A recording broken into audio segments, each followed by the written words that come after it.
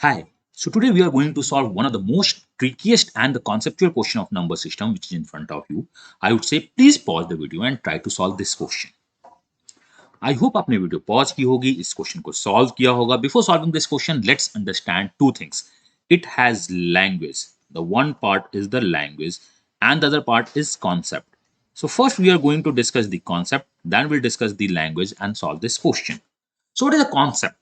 How do we find the factors and how do we find the sum of factors? You know, if a number a is equal to a raised to power p and the b raised to power q and so on, where the a not equal to b and all those are prime numbers. अगर ये आप prime factorization पे break कर लेते हो, then the sum of factors which we write SOF is actually equal to a p plus 1 minus 1 divided by a minus 1 into b q plus 1 minus 1 divided by b minus 1 and so on. How we are going to find the sum of factors like this? अब हमें ये देखना है कि हम इसे करते कैसे हैं. तो ये तो फॉर्मूला है. सबसे पहले हम लोग देखेंगे क्या how do we find the factors. Factors actually निकालते कैसे हैं. So if I say the number is n which has only single prime a raised to power p, then its factors are what? A0, which one is 1, a1, a2, dot a raised to power p. For example, if we say we have 2 raised to power 5, then the factors are 2 0, which one is 1, 2 1, 2 square, 2 cube, 2 4, and the 2 5. This one is sum. These are the factors. How do we find the sum of factors? For the sum of factors, we are going to use the GP formula.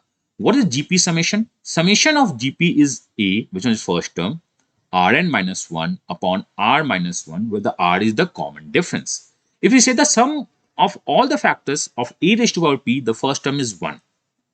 So when we apply GP formula, this is 1. And every time we are going to multiply A, which one is a common ratio. So we have the R is the common ratio, which is A minus 1 upon A minus 1. But we need to consider about the power, the total number of factors or the total number of terms. So we have 1, 2, 3 up to P, including 0. We have P plus 1 terms. So this is how we derive A raised to power P plus 1 minus 1 upon A minus 1, since the 1 multiplication is of no use. So here we can say the summation of all factors of the 2 raised to power 5 is actually equal to 2 raised to power 6 minus 1 upon 2 minus 1. I hope this is now understandable कि ऐसा होता कैसे. What happens if we have a two things, a raised to power p and the b raised to power q? We find the individual. This is a raised to power p plus 1 minus 1 upon a minus 1. For this one we have what?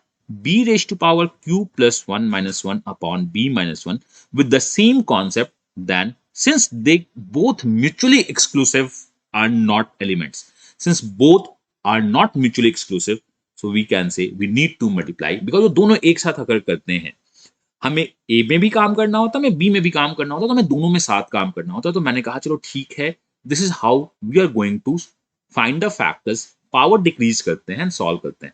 For example if we have 2 square and 3 cube, how do we find the factors? तो factors में हमें क्या करना होगा? 2 0, 2 1, 2 2. These are three possibilities. यहाँ पे क्या होगा? 3 0, 3 1, 3 2, 3 3. We have a 4 possibilities and we just need to 2 zeros. ये सबके साथ जाएगा in the multiplication. ये सबके साथ जाएगा in the multiplication and then we add all. तो हमें करना यही होता है कि इंडिविजुअल समेशन निकालो आप उसका. आप क्या करो? इंडिविजुअल समेशन निकालो which we did in the concepts and multiply कर दो. तो मैंने आपको पूरा कॉन्सेप्ट बताया कि बेसिक अंडरस्टैंडिंग कैसे होती है. नाउ क्वेश्चन क्या है हमारा? हमें निकालना है सम ऑफ फैक्टर्स ऑफ 2187. सबसे पहले तो 2187 को अगर आप फैक्टराइज करोगे तो this one is 3 raise to power 7.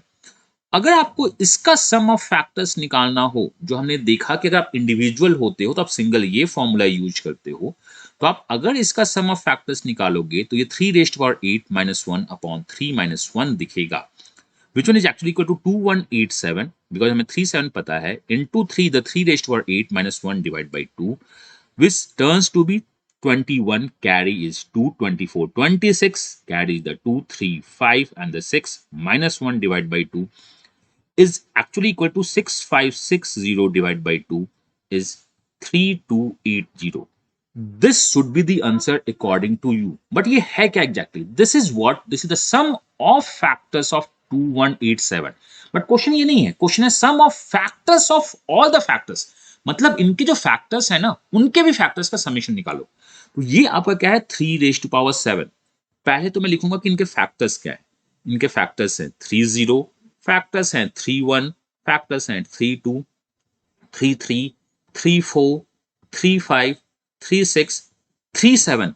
These are the factors of 2187. But हमें चाहिए अब जो इनके फैक्टर्स है उनका फैक्टर समेशन बताओ कितना है. मतलब मुझे इंडिविजुअल इनके फैक्टर समेशन के बारे में बात करनी है कि बताओ तुम कितने हो. इट मीन्स अगर आपने इसका बस निकाला विच मीन्स 38 - 1 डिवाइड बाई 2, तो आप बस इसी के बारे में बात कर रहे थे 2187 के फैक्टर समेशन का. आप इनके फैक्टर समेशन पे बात नहीं किए, तो मैं बोल सकता हूं ये 37 - 1 डिवाइड बाई 2 होगा with the same concept, same formula. For the 3⁻5 this would be 36 - 1 divide by 2. For the 34 this was 35 - 1 divide by 2. This one is 34 - 1 divided by 2. This one is 3 cube - 1 divided by 2. This one is 3 square - 1 divided by 2. क्योंकि हमें करना क्या होता है, power को increase करनी होती है, -1 and 3 - 1. For this one is 3 1 - 1 divided by 2. And we just need to add. ये एक्चुअली क्वेश्चन है जिसमें आप थोड़े से कंफ्यूज हो चुके थे. अगर आपने आंसर्स 3280 कहा तो we need to find factors of this. पहले हम इनका फैक्टर्स देखेंगे और उनके फैक्टर्स का समेशन निकालेंगे as per the simple concept. आप इंडिविजुअली वैल्यूज भी निकाल सकते हो और ऐड कर सकते हो. आई से कि क्यों ना हम इसमें काम करते हैं 3⁻0 - 1 डिवाइड बाई 2 ऐड करते हैं, विच वन इज एक्चुअली 0. कुछ भी फर्क नहीं पड़ता है. Then take the half common. अगर आप हाफ कॉमन लोगे तो you have 30 plus 31 plus 3 square dot dot dot up to 3⁸8. ये पहला पार्ट मिलेगा एंड -1 + 1 + 1 ये आपको मिलेगा लास्ट पार्ट. ये आपका क्या होगा, लास्ट पार्ट. अब मैं को फिर से करना है. This is half.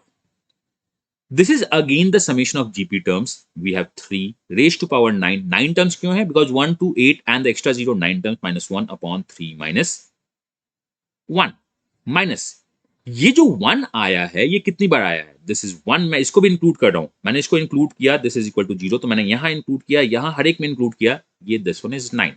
अब सॉल्व करते हैं. हाफ मुझे पता है 3631 इज एक्चुअली इक्वल टू 3⁸8. तो 3�9 को निकालने के लिए मैं 6561 इंटू 3 कर दूंगा, या यू हैव अ कैलकुलेटर या कुछ बेटर कैलकुलेशन है तो आप उससे कर दो. This one is 3, 18 carries the 1, 15, 16 carries the 1, 18, 19. So this becomes 19683 minus 1 divided by 2 minus 9. This is half. This value is 19682 divided by 2 minus 9.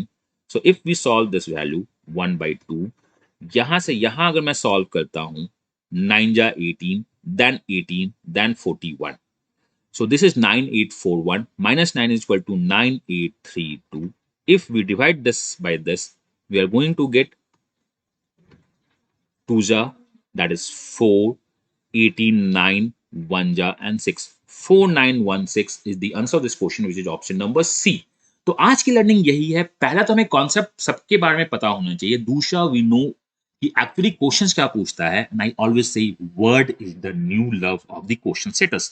वो लॉन्ग लैंग्वेज के साथ बहुत अच्छा खेलने वाले हैं. Answer of this question is 4916. अगर आपने देखा 3280 तो आप कॉन्सेप्ट तो सही यूज कर रहे थे बट लैंग्वेज में फंस चुके थे. तो आपसे यही चाहता हूं कि कॉन्सेप्ट भी सही यूज करो, लैंग्वेज भी क्वेश्चन सेटर्स का समझो एंड अपना बेस्ट देने का ट्राई करो. माई सेल्फ मैं हर एक स्टेप पे आपके साथ बेस्ट दे रहा हूं.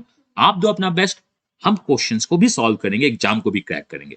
मिलते हैं अगले कॉन्सेप्ट वीडियो या किसी इन्फॉर्मेशन के साथ बहुत जल्द. आप चैनल पर बने रहो. अगर आपने अभी तक फेसबुक और टेलीग्राम ग्रुप्स ज्वाइन नहीं किया है जिसका लिंक डिस्क्रिप्शन में, तो ज्वाइन कर लीजिए एंड चैनल को सब्सक्राइब कर लो कि बहुत सारे नोटिफिकेशंस आते रहते हैं और बहुत अच्छी अच्छी इन्फॉर्मेशन एंड क्वेश्चंस यहाँ पे शेयर हो रहे हैं जो आपके कॉन्सेप्ट को इंप्रूव करेंगे. एंड आपकी कॉन्सेप्ट अगर इंप्रूव होगी एंड आप साथ साथ प्रैक्टिस करोगे तो एग्जाम क्रैक होगा ही होगा. God bless you, happy learning and मिलते हैं अगले वीडियो में बहुत जल्द. Bye bye.